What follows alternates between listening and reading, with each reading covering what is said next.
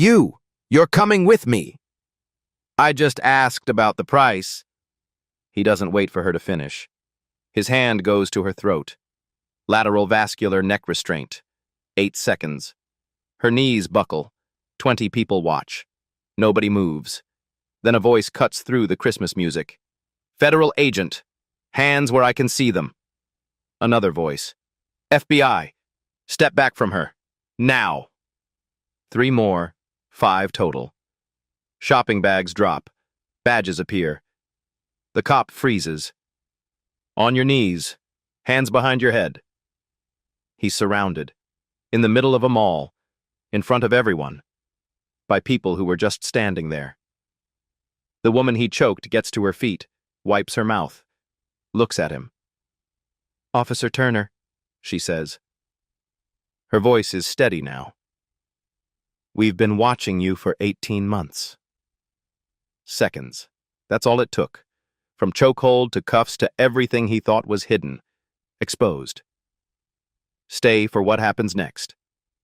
18 months ago, FBI Special Agent Brenda Anderson walks into a briefing room in Kansas City. She's 36, 12 years with the Bureau, specializes in organized crime. Her record is clean. Her cover identities are airtight. Special Agent Winters slides a file across the table.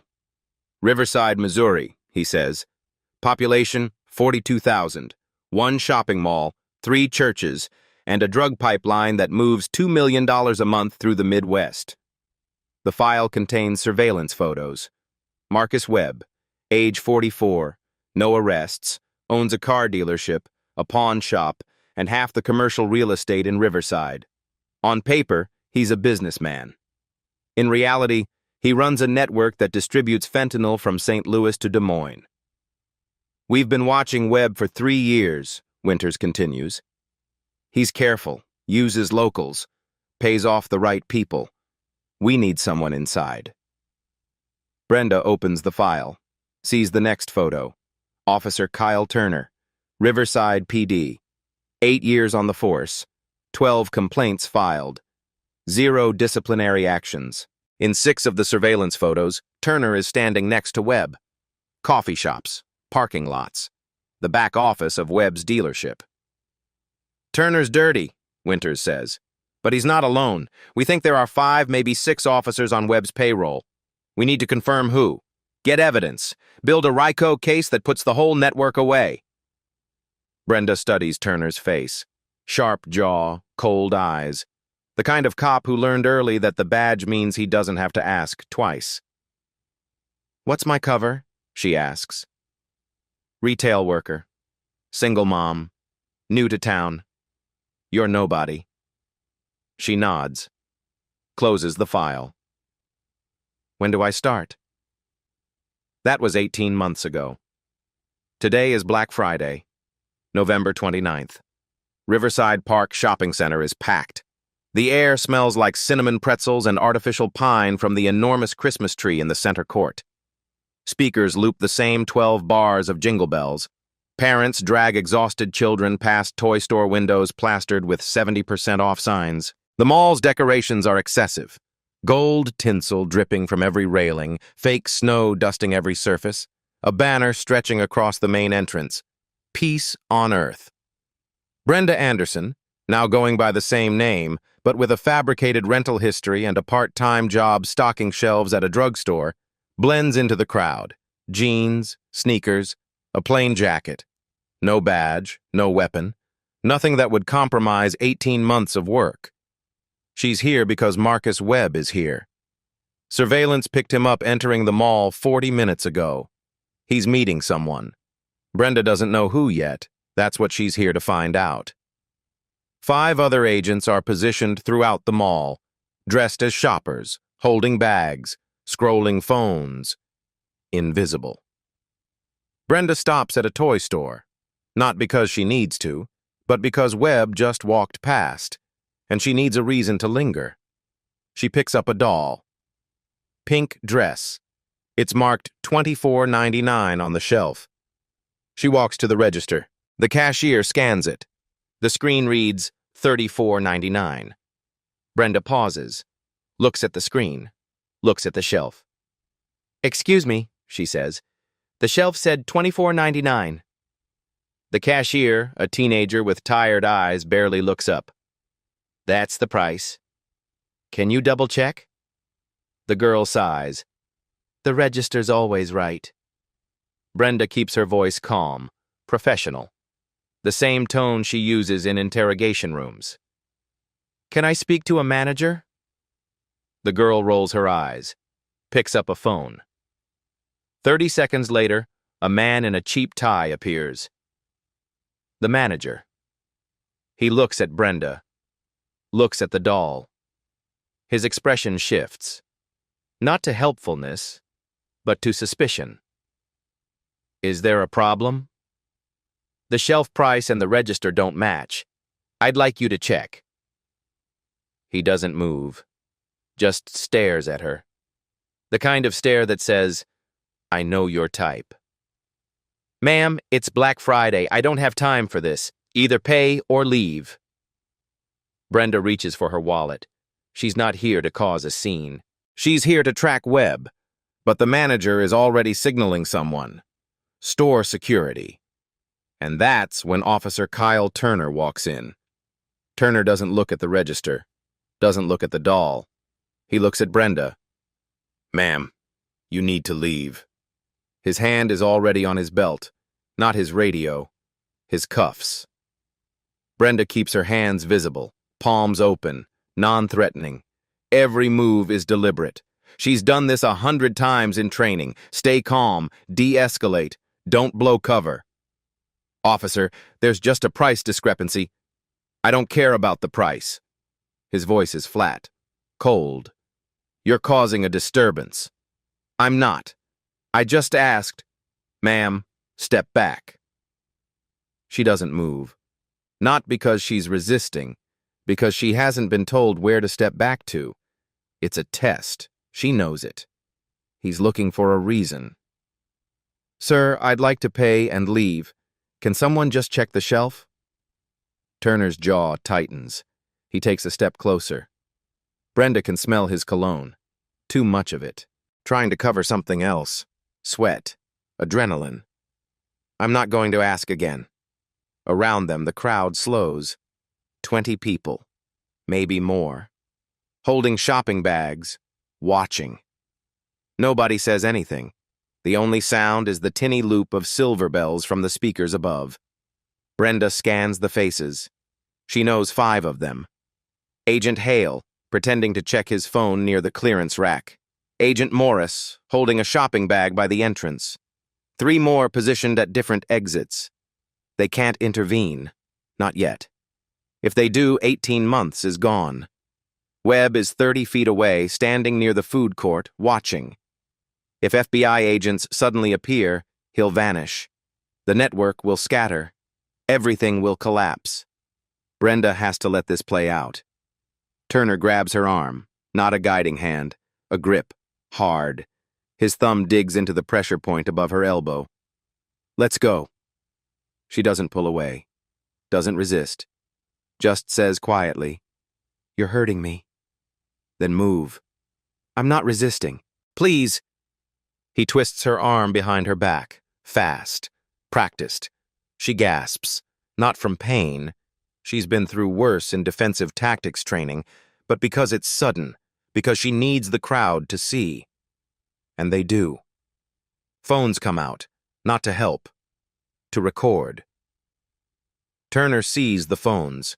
His face hardens. He spins her around. His forearm goes across her throat. Lateral vascular neck restraint. Exactly the hold Riverside PD banned 2 years ago after a lawsuit. Brenda's vision tunnels. Pressure builds behind her eyes. She can't breathe, can't speak. Her hands go to his arm, instinctively, trying to pull it away. "Stop resisting," Turner says, loud enough for the crowd to hear. She's not resisting. She's suffocating. 8 seconds. That's how long he holds it. Her knees buckle. The fluorescent lights above blur into halos. The mall sounds, the Christmas music, the shuffle of feet, the beeping registers, all fade into a high-pitched ringing. Then he lets go. Brenda drops to her knees, gasping, coughing. Her throat burns. She can feel the bruise forming already. Turner steps back, keys his radio. Dispatch, incident resolved at Riverside Mall. No arrest necessary. The subject will be escorted out. He doesn't help her up, doesn't check if she's okay, just stands there, hand on his belt, waiting for her to move. Brenda gets to her feet, slowly. Her phone is on the floor. Screen cracked. She picks it up. Her hands are shaking, not from fear, from rage, from 18 months of watching this man do exactly this to other people, and now feeling it herself. But she doesn't say anything, just nods, turns toward the exit. That's when Agent Hale's voice cuts through the crowd. Federal agent, everyone stay where you are. Turner's head snaps up. Agent Morris steps forward from the entrance, badge raised. FBI, officer, hands where I can see them. 3 more voices, 5 agents total, surrounding him. Shopping bags on the ground, badges out. The crowd gasps, steps back. Phones still recording. Turner's hand moves toward his gun. Don't, Agent Hale says. Calm, firm. Hands behind your head, now. Turner looks at Brenda. She's standing now, straight, no longer gasping. Her eyes meet his. Officer Kyle Turner, she says. Her voice is steady. I'm Special Agent Brenda Anderson, FBI. You're under arrest.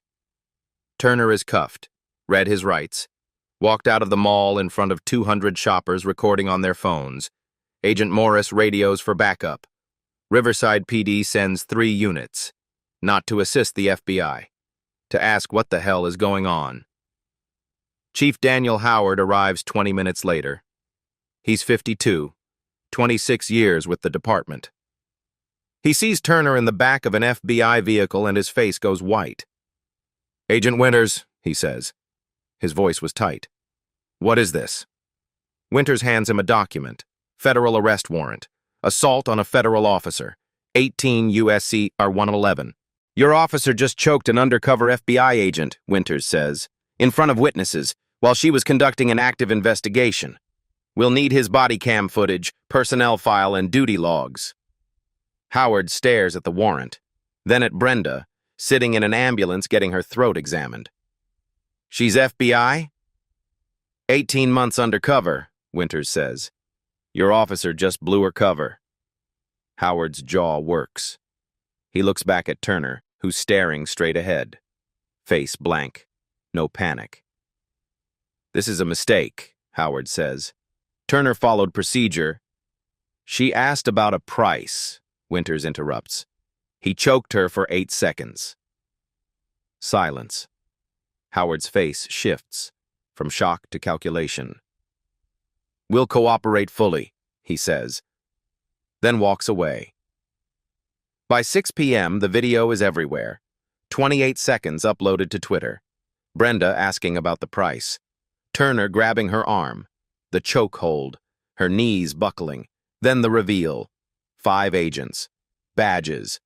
Turner surrounded. Caption. Cop chokes black woman over $10. Turns out she's FBI. Watch. 2 million views in 6 hours. By midnight, CNN runs it. MSNBC, local news. The Chiron. Missouri officer arrested after choking undercover FBI agent. Comments explode. Thousands sharing their own stories. Traffic stops, searches, chokeholds. Always the same pattern. Escalation, humiliation, no accountability. Hashtags trend. Riverside PD. Turner must go. Justice for Brenda. But Brenda isn't watching social media. She's watching mall surveillance footage. The moment Webb saw FBI badges, he ran. Disappeared into the Black Friday crowd. By the time agents reached the food court, he was gone. 18 months. Gone. He'll lawyer up, Agent Morris says. They're in a Kansas City field office conference room. 2 a.m. Coffee cups everywhere. Monitors looping mall footage. He'll dump phones, wipe computers. By morning, untouchable. Maybe, Winters says. He's watching Turner's arrest, frame by frame. But Webb isn't our only problem. He rewinds. There, in the background, another Riverside officer, standing near the jewelry store, watching Turner choke Brenda. And he doesn't move, doesn't intervene, just watches. Who is that? Brenda asks. Winters zooms in, checks the badge. Officer Jason Grant, 7 years Riverside PD. He pulls Grant's file. 3 complaints, all dismissed, all involving excessive force, all victims connected to Webb's businesses. He's dirty too, Brenda says. Winters nods. If he's dirty, and Turner's dirty, we need to know who else, Agent Hale finishes. By morning, Riverside PD issues a statement. Riverside Police Department is aware of the incident involving Officer Kyle Turner. Officer Turner has been placed on administrative leave pending internal investigation. We are cooperating fully with federal authorities. No apology, no acknowledgement of wrongdoing, just incident and investigation. The union issues their own statement 2 hours later. Officer Turner responded to a reported disturbance and followed established protocols. The circumstances are complex and require full review. We stand by Officer Turner and trust a fair investigation will reveal the complete picture.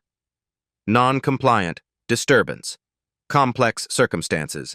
The language is deliberate, victim blaming without saying it. Social media responds immediately. She asked about a price. He choked her for asking a question. Non-compliant equals asking questions while black. She's FBI and he still did it. Imagine what he does to people who can't fight back. By noon, a protest forms outside Riverside PD headquarters. 50 people, then 100, then 300. Signs. Accountability now. Fire Turner. How many more? Local news covers it live. Reporters ask Chief Howard for comment. He declines, says investigation is ongoing, asks for patience. But patience is gone. Reverend William Hayes speaks through a megaphone. For years, we've been telling you Riverside PD has a problem. For years, we've been told we're exaggerating, making it about race. Well, they choked an FBI agent. On camera. And the union still calls her non-compliant. So tell me, what does it take? The crowd roars. Inside the station, Howard watches from his office window. His phone rings. The mayor. City council, press. Everyone wants answers. He has none. Because he's known about Turner for years, the complaints, the pattern. But Turner's union rep was good. Arbitration was slow, easier to close cases than fight them. Now it's too late. His phone buzzes. Text from unknown number. We need to talk. M.W. Marcus Webb. Howard deletes it, but his hand shakes. Turner is released 6 hours later, not because the charges are dropped, because his union lawyer files a motion. Excessive bail, unlawful detention. The judge sets bail at $50,000. Turner's lawyer posts it immediately. By 9 a.m., Turner walks out of county jail. Free, waiting for trial. The optics are devastating. He choked a federal agent on camera, and he's home by breakfast. Social media erupts again. Hashtag Turner Walks trends within the hour. The comments are furious. 6 hours, that's it. Choke an FBI agent, go home for breakfast. If you or I did that, we'd be in jail for years. But Brenda isn't watching the reactions. She's in a secure conference room at FBI headquarters in Kansas City. Winters sits across from her. On the table between them, Turner's body cam footage. Are you sure you want to watch this? Winters asks. She nods. He presses play. The footage starts at 3:42 p.m. Turner enters the mall. The camera records everything. Christmas music, the crowd, the toy store. Then the cashier called security. The manager signaling. Turner approaching. Brenda watches herself on the screen. Calm. Hands visible, voice steady. Officer, there's just a price discrepancy. I don't care about the price. Then the grab, the twist, the chokehold. But here's what the bystanders didn't see, what the phones didn't catch. Before Turner approached, he was on his phone. The body cam audio picks it up. "Yeah, I see her," Turner says into the phone. His voice was low. "That woman asking questions at the toy store? I'll handle it." A voice responds, distorted through the phone speaker, but clear enough. "Make it quick. We can't afford attention." Turner ends the call, walks toward Brenda. 20 seconds later, his hand is on her throat. Winters pauses the footage. "That voice," he says. "We ran it through analysis. 92% match." He pulls up a comparison file. Audio from 18 months of surveillance. The voice matches. Marcus Webb. Brenda stares at the screen. Her throat still aches. But now the bruise means something more than assault. It means conspiracy. "Webb called him," she says. "Told him to handle me." "And Turner did," Winters says, "without asking questions, without checking ID. He just did it." This isn't random violence. This isn't a bad cop having a bad day. This is coordinated, deliberate. Webb saw Brenda asking questions in a mall where he was conducting business. He called his cop, and his cop silenced her. Except she's not just any woman. She's a federal agent, and Webb just ordered a hit on her. "This changes everything," Winters says. "We're not just talking about assault anymore. We're talking about a conspiracy to assault a federal officer. 18 USC K.R. 1114.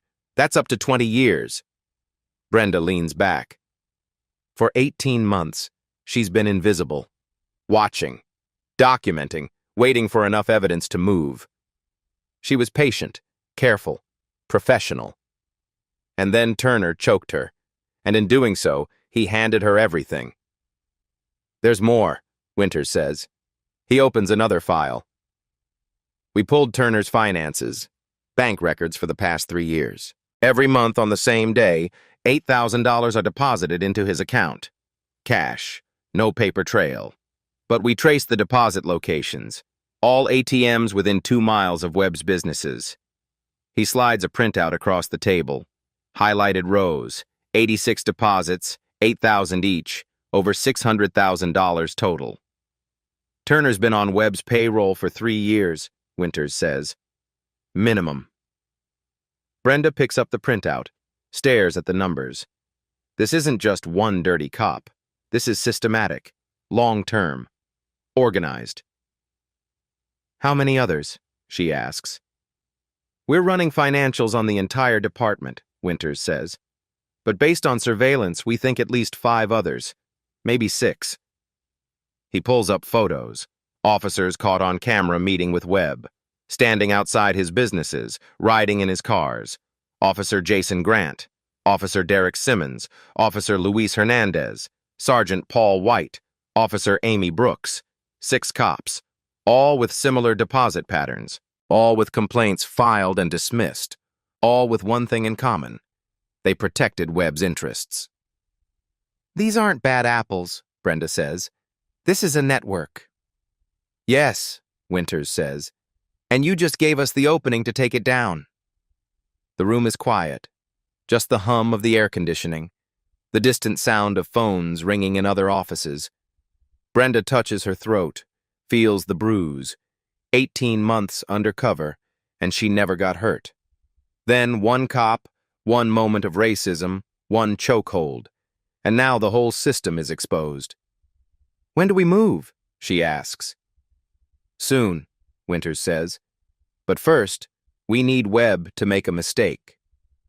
The phone call happens at 4:17 p.m., 35 minutes after Turner is arrested. Marcus Webb, standing in the parking lot of his car dealership, dials a number. He doesn't know the FBI has had a wiretap on his phone for 14 months. Court order, sealed. He thinks he's safe. He's wrong. The call connects. Webb's voice is tight, controlled, but there's panic underneath. "We have a problem." The voice on the other end belongs to Vincent Shaw, Webb's lawyer, 62 years old, partner at Shaw & Associates, clean record, expensive suits. "I'm aware," Shaw says. "It's all over the news." "Turner screwed up," Webb says. "He choked a Fed. Do you understand what that means?" "It means Turner has a legal problem, not you." "She was there because of me," Webb snaps. "She was watching. They've been watching. For how long?" Silence. "Vincent, if they've been watching, they know. The shipments, the deposits, everything." "Then we shut it down," Shaw says. "Destroy records, wipe computers, move cash offshore." "And the others? The cops? Grant? Simmons? What if they flip?" Shaw pauses. His voice goes cold. "They won't flip if they don't have reason to. Pay their bonuses. Double. Keep them loyal. And Marcus, stop calling me on this phone." The call ends. The FBI transcribes every word. By 6 p.m., agents have enough for a second warrant. Not just Turner, Webb, Shaw, conspiracy, money laundering, bribery of public officials. But Winter hasn't moved yet. Webb is panicking. Panicked people make mistakes. Winter waits. Receipt 1. Financial records. FBI forensic accountants trace Webb's deposits. $8,000 every month to Turner's account. But Turner isn't alone. 5 other Riverside officers have similar patterns. Officer Jason Grant, $7,000 per month, 36 months. Total, $252,000. Officer Derek Simmons, $6,000 per month, 28 months. Total, $168,000. Officer Luis Hernandez, $7,500 per month, 40 months. Total, $300,000. Sergeant Paul White, $9,000 per month, 48 months. Total, $432,000. Officer Amy Brooks, $6,500 per month, 30 months. Total, $195,000. 6 officers, $1.8 million, 3 years. All cash deposits, all at ATMs near Webb's businesses, all on the 15th. Payday. Receipt 2. Surveillance logs. 18 months of documentation. Every meeting between Webb and Riverside PD officers, coffee shops, parking lots. Webb's dealership office, 43 meetings total. Turner met Webb 16 times. Grant, 12. Simmons, 8. Each meeting is 10 to 15 minutes. No paperwork, no official reason. Webb pays. The cops protect. Receipt 3. Complaint records. Winters pulls internal affairs files for all 6 officers. Turner, 12 complaints in 8 years. Excessive force, racial profiling, all closed. 0 discipline. Grant, 9 complaints, all closed. Simmons, 7, closed. Hernandez, 11, closed. White, 14, closed. Chen, 6, closed. 59 complaints. Not one suspension, not one termination. But here's the pattern. Every victim who filed a complaint was connected to Webb's business rivals, a competitor, a witness, someone in his territory. The complaints weren't random. They were enforcement. Webb's cops intimidating threats, protecting interests. Receipt 4. Body cam metadata. FBI tech pulls metadata from Riverside PD's body cam system. Every officer is required to activate cameras during public interactions. Department policy. But the data shows something else. Turner's body cam, deactivated 47 times in 18 months, each marked technical malfunction, each during incidents that resulted in complaints. Grant, 32 deactivations. Simmons, 28. Hernandez, 39. White, 41. Chen, 19. 206 malfunctions across 6 officers. FBI cross-references timestamps with surveillance. 12 deactivations occurred within 1 hour of Webb conducting business nearby. Not malfunctions. Deliberate. Receipt 5. Internal emails. Winters subpoenas. Riverside PD's email server. 18 months of correspondence. Buried in routine messages, a pattern emerges. Email from IA investigator to Chief Howard 14 months ago. Chief, complaint against Turner. Case number IA 2023-087. Witness credible. Medical evidence supports excessive force. Recommend formal hearing. Howard's response, the union will grieve. Recommend closure as insufficient evidence. Another email, 11 months ago. Chief Officer Grant complained. The video contradicts the officer's statement. Recommend suspension pending investigation. Howard's response, coordinate with the union. Ensure arbitration is favorable. Close quietly. 14 emails. 14 recommendations for discipline. 14 closures. Not because evidence was lacking, because the chief ordered it. Receipt 6. Witness statements. Natalie Brooks has been investigating Riverside PD for 2 years. She's interviewed dozens who filed complaints. Now 6 agree to go on record. Traffic stop 2021. Turner pulled him over. Searched without consent. Found nothing. Threw him against the hood. Complaint closed. Domestic call 2022. Grant arrested the victim instead of the abuser. Complaint closed. Shoplifting accusation 2023. Simmons detained the teenager for 40 minutes. No evidence. Complaint closed. Different stories. Same pattern.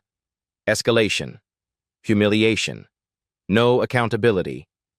Every victim, Black or Latino. Every incident, in Webb's territory. Receipt 7. Webb's business records. FBI accountants subpoena Webb's businesses. Car dealership. Pawn shop. Real estate. On paper, legitimate. Revenue matches expenses. Taxes filed. But deeper analysis finds discrepancies. Dealership reports 80 cars sold monthly. Insurance records show 42 registered. Where are the other 38? The pawn shop reports 40,000 in gold purchases. Only 12,000 in receipts. Real estate owns 16 properties. 6 generate rental income. 10 listed under renovation for 3 years. The businesses are fronts, money laundering. Webb moves drug money through fake sales, inflated transactions, and phantom holdings. 3 years, $12 million laundered. Receipt. 8. Union contracts. FBI lawyers review Riverside PD's union contract. Section 12.4. Any discipline requires arbitration board approval. 2 union reps, 1 city rep, 1 neutral arbitrator. 2 union reps protect the officer. City rep votes discipline. The neutral arbitrator breaks the tie. But neutral arbitrators are pre-approved by the union. System rigged by design. 3 years. 47 cases to arbitration. 45 resulted in no discipline. 2 got written reprimands. No suspensions. No terminations. If you've ever wondered how corruption survives, this is how. Layer by layer. Protection by design. Comment if this feels familiar.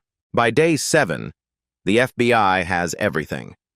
Financial records, surveillance, emails, body cam data, witness testimony, phone calls, 400 pages, 8 binders, enough to indict 7 people. Webb, Turner, 5 cops, Shaw, RICO charges, same statute used for mob families. Winters assembles the case. But before he can move, Webb makes his next mistake. Day 8. Webb wires $500,000 to a Cayman Islands account. The FBI watches in real time. The Financial Intelligence Unit flags it immediately. Suspicious activity. Large sum. Offshore destination. Webb books a flight. One way. Kansas City to Mexico City. Departure. Tomorrow morning. He's running. Winters gets the alert at 11 p.m. He's in his office, 3 cups of cold coffee on his desk. He's panicking, Agent Morris says. Let him run. We will grab him at the airport. No, Winters says. If he runs, the others scatter. We lose the network. So what do? We let him think he's getting away, and we watch who he calls. Meanwhile, Riverside PD launches their counterattack, not against Webb, against Brenda. Chief Howard holds a press conference. Podium, Riverside PD seal. American flag behind him. We understand there are questions about Officer Turner, Howard begins. Voice measured, calm. We take all allegations seriously. Officer Turner is on administrative leave. We are cooperating with federal investigators. A reporter raises her hand. Chief, the FBI says he choked an undercover agent. Do you dispute that? Howard pauses. Choose words carefully. Officer Turner responded to a reported disturbance. The situation was complex. Aspects require careful review before conclusions are drawn. Complex how? I'm not at liberty to discuss ongoing investigations. Another reporter. The video shows him choking her for 8 seconds. What's complex about that? Howard's jaw tightens. Officer Turner has served this community for 8 years. He has a commendable record. We ask that people withhold judgment until all facts are reviewed. No apology, no acknowledgement of wrongdoing, just vague language and appeals to patience. 2 hours later, the real attack comes. An anonymous source leaks information to a local tabloid blog. The headline, FBI agent in mall chokehold has troubled past. The article claims Brenda was investigated 3 years ago for conduct unbecoming. No details, no evidence, just insinuation. It's a lie. But it spreads. Within hours, social media explodes. Shared, reshared. Comments pile up. Sounds like she provoked him. FBI covers for their own. Why was she undercover? What was she really doing? Victim blaming, immediate, automatic. Then the union issues their statement. Officer Turner is a dedicated public servant who has risked his life to protect this community. The rush to judgment against him, based on a partial video clip taken out of context, is deeply concerning. The individual involved has refused to cooperate with our internal review, raising questions about her credibility. Officers make split-second decisions in dangerous situations. Officer Turner believed he was responding to a threat. He followed his training. We stand by him. Every word is surgical. Partial video. Out of context. Refused to cooperate. None of it is true. But the truth doesn't matter in the first 48 hours. Narrative does. Natalie Brooks calls Brenda that night. They're trying to destroy you, she says. Brenda is in a hotel room, FBI protection outside, throat still bruised. Let them, Brenda says. They're calling you a liar, saying you provoked him. I know. Doesn't that bother you? Brenda is quiet. Then, Natalie, I've been undercover for 18 months. I've watched Webb's network operate, intimidate witnesses, threaten families, ruin lives. This is what they do. They attack credibility, flood the zone with lies, make people doubt what they saw. So what do? We let them talk. Because while they're talking, they're not thinking. That's when they make mistakes. She's right.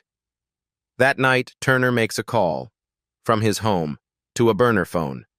He doesn't know the FBI has a wire on his landline. The call connects. It's me, Turner says. We need to meet. Not a good idea. The voice belongs to Sergeant Paul White, one of the 6 dirty cops. I don't care, Turner says. They're going to indict me. I need to know you've got my back. We do, but stay quiet. Don't talk to anyone, not press, not feds, not even your lawyer unless we clear it first. What about Webb? What about him? Is he taking care of this? White hesitates. Webb's handling his own situation. You handle yours. What does that mean? It means we're all on our own now. The call ends. Turner sits in his living room, lights off. Through the window, news vans parked across the street. Cameras pointed at his house. Waiting. He thinks about the money. $600,000 over 3 years. The people he intimidated. The complaints are buried. The lies told. Was it worth it? Across town, Brenda receives a text from Winters. Webb just booked a second ticket, Mexico City. Tomorrow 9 a.m., we're moving in. She types back, what about the others? Winters. Simultaneous raids. 6 locations. Dawn. Tomorrow, it ends. Brenda stares at the message. Her throat aches. Her career is under attack. Her name is being dragged through tabloids. But tomorrow, the network collapses. She closes her eyes. Try to sleep. Brenda doesn't sleep. She lies in the hotel bed, stares at the ceiling. The bruise on her throat throbs. Dull, constant, a reminder. Outside, she can hear the hum of traffic, distant sirens, the ordinary sounds of a city that has no idea what's coming tomorrow. Her phone buzzes. A text from her sister. Rachel. 3 time zones away in Seattle. Bren, I saw the news. Are you okay? Call me. Brenda doesn't call. She doesn't know what to say. How do you explain 18 months of your life just evaporated because a cop saw your skin color and made assumptions? Another text. This one from a friend, former academy classmate. Hang in there. The truth will come out. Will it? Brenda wonders. The truth is already out. Video. Witnesses, FBI badges. But half the internet still thinks she's lying, still thinks she provoked it, still thinks there must be more to the story, because people don't want to believe a cop would choke someone over a $10 price difference. They need it to be more complicated. They need her to have done something wrong. She closes her eyes, tries to quiet her mind, but all she can see is Turner's face. The moment he grabbed her, the coldness in his eyes, not anger, not fear, just certainty. The certainty that he could do this, that he'd done it before, that nothing would happen to him. And for 8 seconds, he was right. Her phone buzzes again, this time a news alert. Riverside officer's attorney claims FBI agent refused to identify herself during mall incident. Brenda reads the headline, doesn't open the article. She knows what it says. More lies, more spin. The lawyer claiming she could have avoided the whole thing if she'd just shown her badge. Except she couldn't, because she was undercover, because showing her badge would have blown 18 months of work, because the entire point was that Turner should have asked, should have de-escalated, should have treated her like a human being instead of a threat. But he didn't. She sets the phone down, stares at the ceiling again. Tomorrow, the raids happen. Webb gets arrested. Turner gets indicted. The network collapses. But tonight, Brenda is alone in a hotel room, watching her name get destroyed online, wondering if any of it was worth it. Her throat aches. She thinks about all the people who filed complaints against Turner, against Grant, against the others. All the people who were told their complaints were insufficient evidence. All the people who were made to feel like they were the problem. How many of them are watching the news right now? Watching her get blamed? Watching the system protect itself again? She picks up her phone, opens her messages, scrolls to a number she hasn't called in weeks. Her sister. She hits dial. Rachel answers on the second ring. Bren? Hey. Are you okay? Brenda's throat tightens, not from the bruise, from something else. I don't know, she says. Her voice cracks. Just a little. Enough. What happened? I did my job, Brenda says. I did everything right, and they're still calling me a liar. The people who matter know the truth. Do they? Brenda asks. Because right now it feels like the truth doesn't matter. It feels like no matter what I do, no matter how much evidence we have, they'll find a way to spin it, to make me the villain. Rachel is quiet for a moment. Then she says, Bren, you're not the villain. You're the one who stood up. You're the one who wouldn't let them bury this. I didn't have a choice, Brenda says. He choked me in the middle of a mall. And you could have stayed quiet after. You could have let the bureau handle it quietly. But you didn't. You went public. You made them face it. Brenda closes her eyes, feels the exhaustion, the weight of 18 months, the anger, the fear. I'm tired, Rach. I know. I'm really tired. I know, but tomorrow you win. Tomorrow, they all go down. Brenda wants to believe that. Wants to believe that tomorrow will feel like justice, that the raids will be satisfying, that watching Webb and Turner get arrested will make the last 8 days worth it. But right now, alone in this room, it doesn't feel like winning. It just feels like surviving. Get some sleep, Rachel says. Call me tomorrow, after. Okay? I love you. I love you too. The call ends. Brenda sets the phone down, stares at the ceiling. Tomorrow, it ends. Tonight, she just needs to make it through. The problem is, Detective Sarah Collins, Kansas City PD, 18 years on the force, clean record. Until tonight. At 2:47 a.m., Webb calls her. FBI Intercept picks it up. I need a favor, Webb says, voice desperate now. I can't help you anymore, Collins says. You need to disappear. I'm trying. They're watching the airport. I need another way out. Find one. I can't be involved. Sarah, I paid you for 6 years. You owe me. Silence. Fine. Cargo route, trucking company. Interstate 70 West. They don't check manifests. Be at the depot by 6 a.m. The call ends. Winters plays the recording for Brenda. FBI Command Center, 3:15 a.m. Agents moving fast. Collins gave him an exit, Winters says, but we'll be waiting. At 6 a.m., the raids begin. 4 teams, 6 locations, synchronized. Team 1 hits Webb's dealership. Battering ram. 50 agents. They find financial records. Computers. 300,000 cash in a back office safe. Team 2 hits Turner's house. He's asleep. Answer the door in boxers. Sees badges. Doesn't resist. Hands up. Silent. Team 3 hits Grant's apartment. He runs. Out the back. Through the alley. 2 blocks before agents tackle him. Face first into pavement. Cuffed. Team 4 waits at the depot. Webb arrives 5:58 a.m., carrying 1 duffel bag, baseball cap, sunglasses. He never makes it to the truck.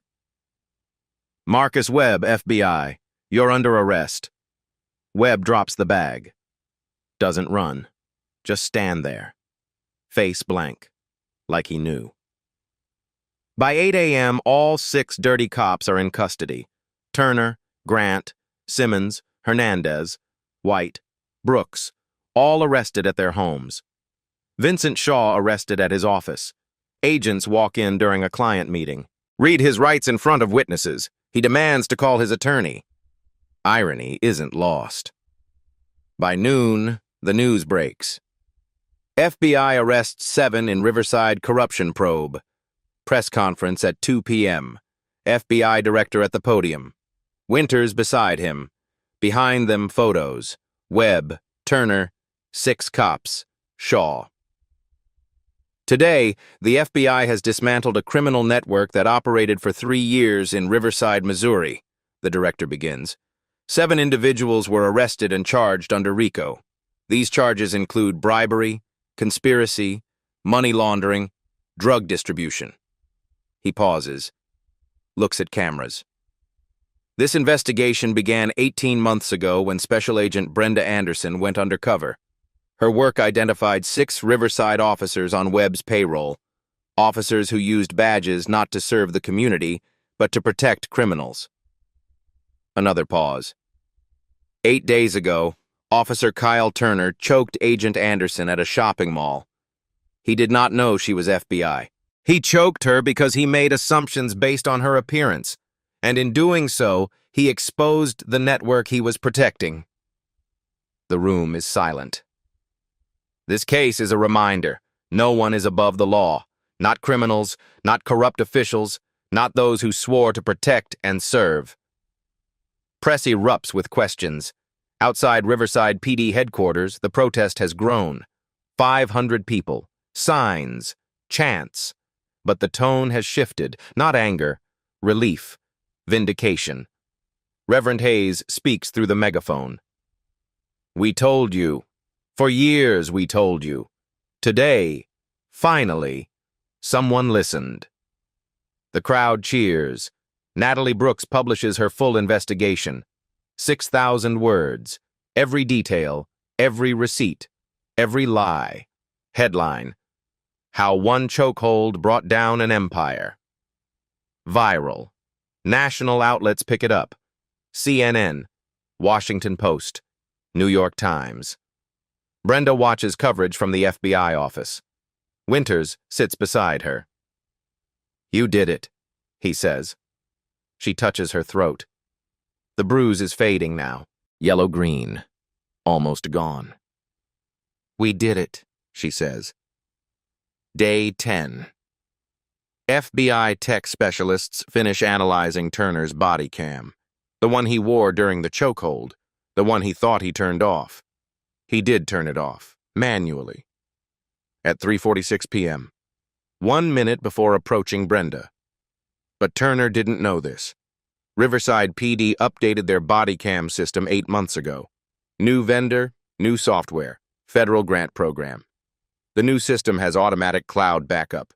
Every time an officer deactivates their camera, the last 60 seconds uploads automatically to a secure server. Safety protocol. In case of accidental deactivations. It was supposed to train all officers. They didn't. Budget cuts. The manual went out in an email. Most officers never read it. Turner never read it. So when he turned off his camera, he thought the footage was gone. It wasn't. Agent Morris discovers it on day 9. He's reviewing server logs, looking for body cam footage from other officers at the mall. He finds a file. Turner K. 2084-11-129-1546, backup, MP4, 60 seconds, auto-uploaded. He opens it. The footage starts at 3:45 p.m. Turner walking through the mall, Christmas music playing. His radio crackles. Possible disturbance, toy store, main level, manager requesting assistance. Turner keys his radio. Copy, en route. But before he moves, his phone buzzes. He answers. Yeah. The voice is clear, unmistakable. Marcus Webb. You see that woman at the toy store? Black woman. Asking questions. Turner glances toward the store. The camera shows Brenda at the register. Calm.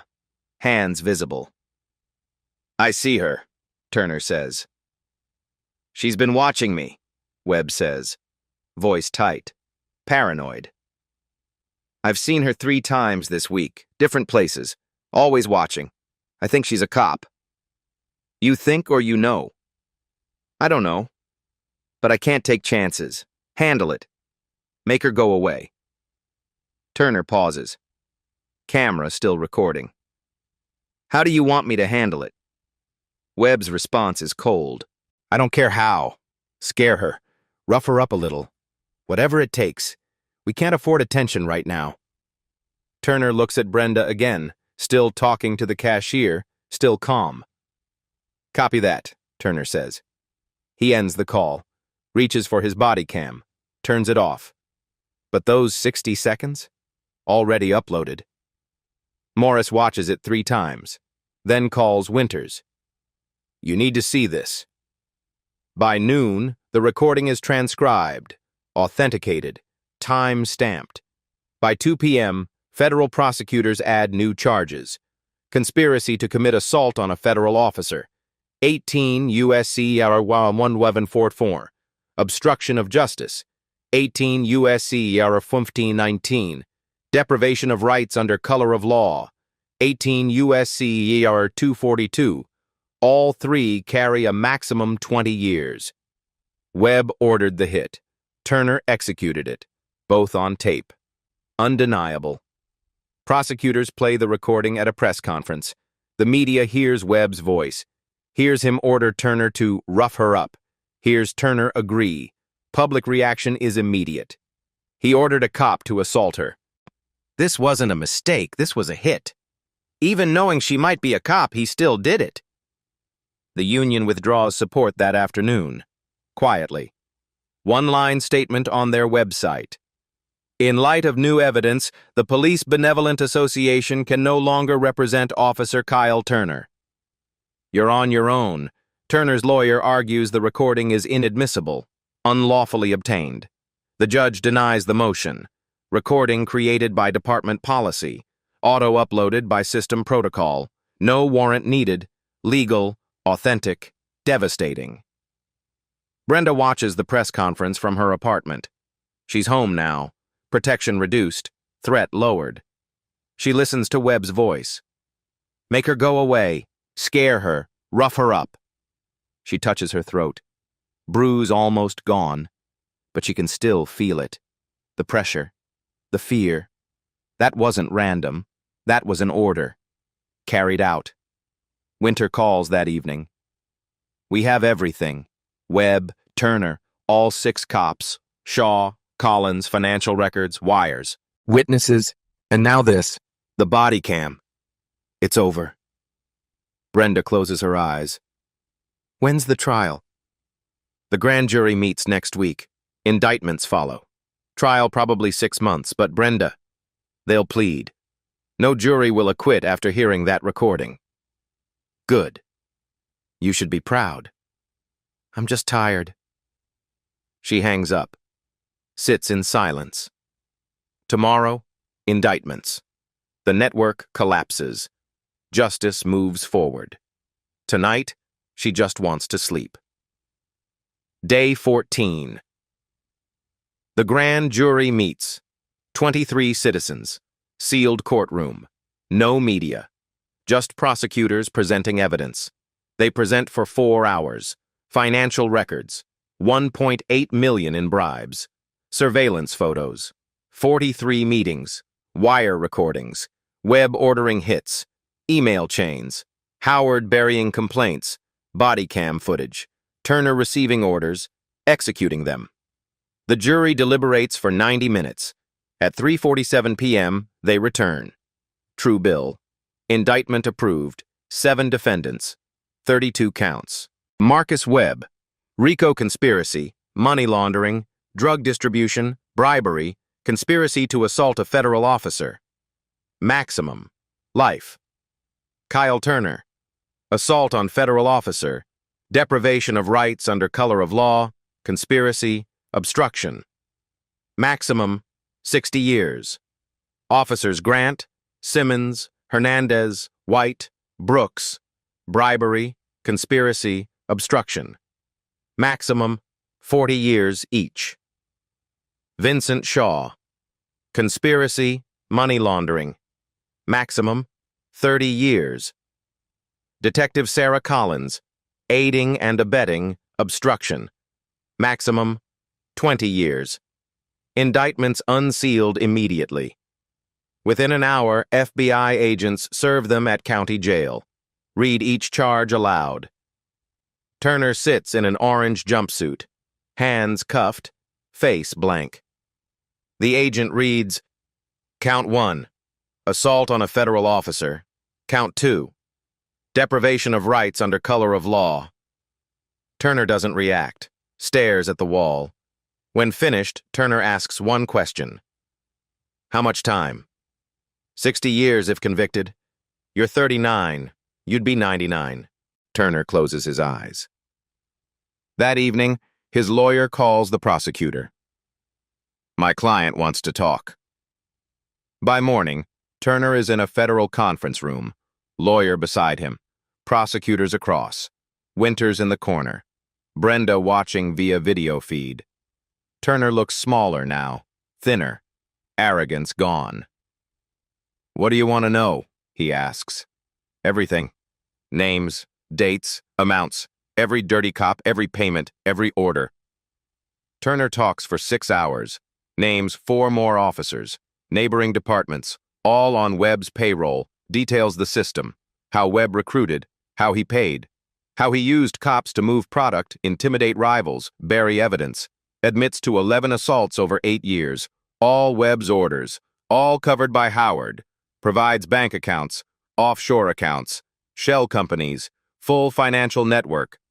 By the end, prosecutors can indict 14 people, not 7. 14. Prosecutor slides plea agreement across table. 20 years, federal prison, no parole. Testify against Webb and the others, serve 20. Refuse, go to trial, serve 60. Turner reads it, signs it. One question. That woman, the Fed, she was really undercover? 18 months. And I just walked up and choked her. Yes. Turner laughs. Not humor, disbelief. I really screwed up. Yes, you did. 3 days later, the FBI arrests 4 more officers, 2 Kansas City, 2 independents, all at their homes, all RICO charges, network gone, completely. Chief Howard resigns, no charges, but my career is over. Mayor announces federal consent decree. The DOJ oversees Riverside PD for 5 years. Mandatory reforms, external oversight. Protesters celebrate. Signs read, "Justice served." Reverend Hayes speaks one more time. This is accountability, not promises, not committees, arrests, indictments. This is what happens when people refuse to be silent. Natalie Brooks wins Journalism Award. How One Chokehold Brought Down an Empire, nominated for a Pulitzer. Brenda, back at work. New assignment, new city, new cover. The work never stops. 6 months later, Turner pleads guilty. 20 years. No parole. Sentenced in federal court. Taken to USP Leavenworth. He'll be 59 when he gets out. Webb goes to trial. The jury deliberates for 4 hours. Guilty on all counts. Life without parole. The other 5 cops plead guilty. Sentences range from 12 to 18 years. All federal time. All careers destroyed. Shaw gets 15 years. Collins gets 8. Chief Howard never faces charges. But he never works in law enforcement again. Riverside PD operates under federal oversight. New chief. New policies. Body cams are mandatory. No exceptions. External Review Board for complaints. Union contract renegotiated. It's not perfect, but it's different. Brenda receives the FBI Director's Award. Ceremony in Washington. Closed to press. Classified. Her name was never mentioned publicly, because she's already undercover again. Different city, different case, different cover, but she keeps one thing from Riverside. A photo, the toy store, the doll she tried to buy, the one that started everything. She never bought it. Evidence seized. Case file closed. But she remembers. She asked for a manager. He reached for her throat, and in those 8 seconds, he exposed everything he thought was hidden. Justice doesn't wait for permission. It waits for evidence. And when the evidence is undeniable, even the system has to listen. If this story made you think about accountability, about what happens when people refuse to stay silent, share it. Comment your thoughts. Subscribe if you believe actions have consequences. Brenda's fight is over, but thousands of others are just beginning. Every time we demand receipts, every time we refuse to accept "trust us," we shift the balance. Thanks for listening. See you in the next one. The story you heard today wasn't cleaned up. It was told exactly as it happened. At Black Voices Uncut, we believe that's the only way truth can live. If you felt something, hit like, comment, and your reaction and subscribe. Every week, we bring you voices that refuse to be silenced.